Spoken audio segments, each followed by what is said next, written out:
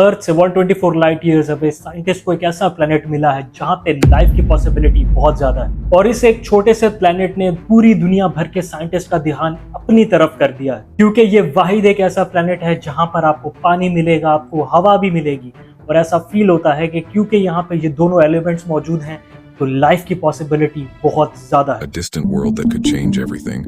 Astronomers have turned the most powerful telescopes on Earth toward K2's 18b, a planet that may be covered in a vast ocean and just possibly home to life.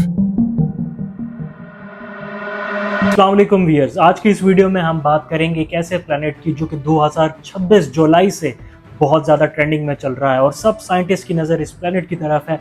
क्या वहाँ पे life की possibility exist करती है या नहीं। ये खबर आई है एक बहुत बड़े रिसर्च पेपर से जिसका नाम है द एस्ट्रोनॉमिकल जर्नल। इस पेपर ने बहुत से इंकशाफात किया है और ये ह्यूमन हिस्ट्री में पहली दफ़ा होगा कि एक ऐसा प्लेनेट डिस्कवर किया जा रहा है जहाँ पे लाइफ की पॉसिबिलिटी है। मतलब आपको इंसानों जैसे कोई एलियंस या इस तरह की चीज़ की एग्जिस्टेंस के चांसेस बहुत ज़्यादा नजर आते हैं। सबसे पहले हम एक लफ्ज़ समझते हैं जिसका मतलब है एक्सो प्लैनेट। एक्सो का मतलब है बाहर, तो एक्सो प्लैनेट एक ऐसा प्लैनेट है जो हमारे सूरज का नहीं है बल्कि किसी दूसरे सितारे के गिर्द घूमता है, यानी कि उसका कोई और सूरज है। अब तक साइंटिस्ट ने ऐसे 5500 से ज्यादा प्लैनेट्स ढूंढ चुके हैं।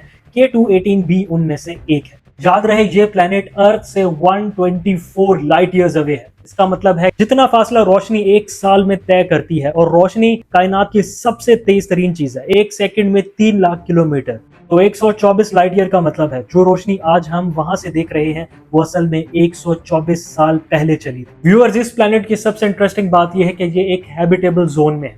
हैबिटेबल जोन का मतलब है ये प्लैनेट एक ऐसी जगह पर है जहां पर ना तो बहुत ज्यादा सर्दी है और ना तो बहुत ज्यादा गर्मी। जरा सोचिए कि अगर कोई भी प्लैनेट सूरज के बहुत ज्यादा करीब हो तो वो बहुत ज्यादा गर्म हो, और अगर वो प्लैनेट सूरज से बहुत ज्यादा दूर हो तो वो बहुत ज्यादा ठंडा होगा। तो ये प्लैनेट एक ऐसे एटमोस्फेयर में है जैसे कि हमारी अर्थ है, ना तो वो सन के बहुत ज्यादा क्लोज है और ना ही सन से बहुत ज्यादा दूर है, और वहां पर पानी भी एग्जिस्ट करता है। इसका मतलब है एक मॉडरेट टेम्परेचर है जहां पे लाइफ की पॉसिबिलिटी एग्जिस्ट करती है, और दूसरी तरफ उस प्लैनेट में हवा भी एग्जिस्ट करती है। 2023 में इंसान की अब तक की सबसे पावरफुल आंख जेम्स वेब टेलीस्कोप ने इस प्लैनेट की हवा का जायजा लिया और उसमें से खास गैसेस मिली जिनमें कार्बन डाइऑक्साइड और मीथेन है। इसी वजह से साइंटिस्ट ने इसे हैकिन वर्ल्ड का कैंडिडेट कहा। ये लफ्ज हाइड्रोजन और ओशन को मिलाकर बना है। मतलब कि एक ऐसी दुनिया जिसपे हाइड्रोजन गैस की एक मोटी चादर मौजूद है और उसके नीचे एक बहुत बड़ा समंदर है, यानी कि हर तरफ पानी ही पानी है।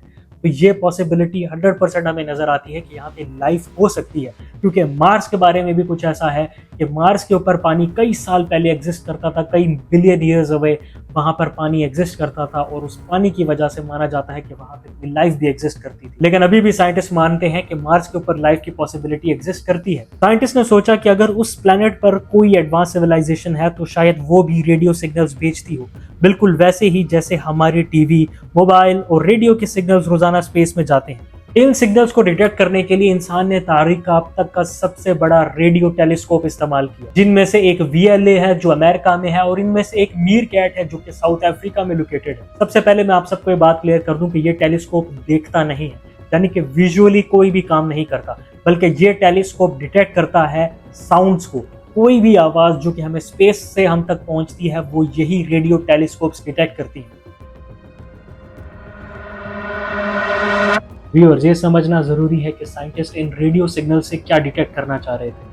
तो इधर वो दो सिग्नल्स की तलाश में थे। एक सिग्नल्स होते हैं बायो सिग्नल्स और दूसरे होते हैं टेक्नो सिग्नल्स। बायो सिग्नल्स एक ऐसे सिग्नल्स होते हैं जो हमें लाइफ की पॉसिबिलिटी बताते हैं कि क्या कोई लाइफ एग्जिस्ट करती है किसी दूर प्लेनेट पर, और टेक्नो सिग्नल्स हमें इस तरह की वेव्स देते हैं जहां से पता चलता है कि कोई टेक्नोलॉजी एग्जिस्ट कर रही है किसी भी प्लेनेट के ऊपर। और फाइनली साइंटिस्ट की एक बहुत बड़ी टीम ने अपना इस ऑपरेशन का आगाज किया। जब उन्होंने अपने रिजल्ट्स की इंटरप्रिटेशन की तो ये पता चला ना तो कोई बायो सिग्नल्स मिले हैं और ना ही कोई टेक्नो सिग्नल्स मिले हैं।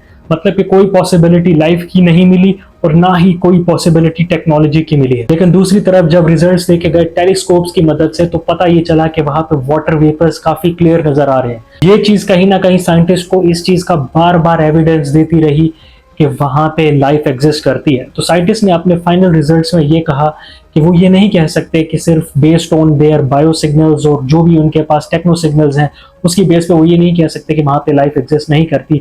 ये ऐसे ही है कि एक पूरे प्लेनेट को इतनी दूर से देखना और ये उम्मीद लगाना कि जितनी भी वेव्स आप तक पहुंच रही हैं वो बिल्कुल एक्यूरेट हैं और वही वेव्स उस पूरे प्लेनेट को रिप्रेजेंट कर रही हैं, तो ऐसा बिल्कुल नहीं। तो व्यूअर्स, आप सबके जहन में ये सवाल आ रहा होगा कि जब कोई भी डिस्कवरी नहीं हुई तो ये इतनी बड़ी डिबेट क्यों बनी हुई है। मतलब जितने भी रेडियो सिग्नल्स कैच किए गए हैं वो रेडियो सिग्नल्स काफी हद तक बहुत कुछ हमें बता सकते हैं, मगर इस प्लेनेट के केस में अभी तक बहुत सारी कंफ्यूजन्स बाकी हैं और बहुत सारे साइंटिस्ट ये मानते हैं कि ये प्लेनेट एक बहुत ज्यादा सूटेबल प्लेनेट है अर्थ के बाद रहने के लिए, इवन कि मार्स से भी ज्यादा सूटेबल। अब आप सबके जहन में ये सवाल आ रहा होगा कि एक प्लेनेट हमसे जो 142 लाइट ईयर्स अवे है वहां पर जाना मुमकिन ही नहीं है, तो हम उस प्लेनेट को इतना डिस्कस क्यों कर रहे हैं।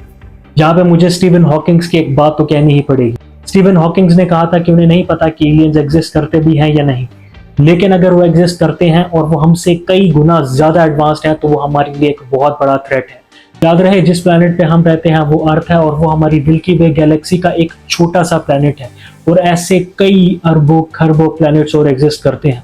तो लाइफ की पॉसिबिलिटी किसी भी प्लेनेट पे एग्जिस्ट करने के चांसेस बहुत ज्यादा है और अगर वहां पे कोई रहता है और वो हम तक पहुंचने की कोशिश कर रहा है तो वो हमारे लिए in future, according to scientist, according to many experts, हमारे लिए थ्रेट हो सकता है। व्यूअर्स, आप सबको क्या लगता है कि इस प्लेनेट पर लाइफ की पॉसिबिलिटी एग्जिस्ट करती है या नहीं? अगर करती है तो आपने कमेंट सेक्शन में लाजमी बताना है आपको ऐसा क्यों लगता है।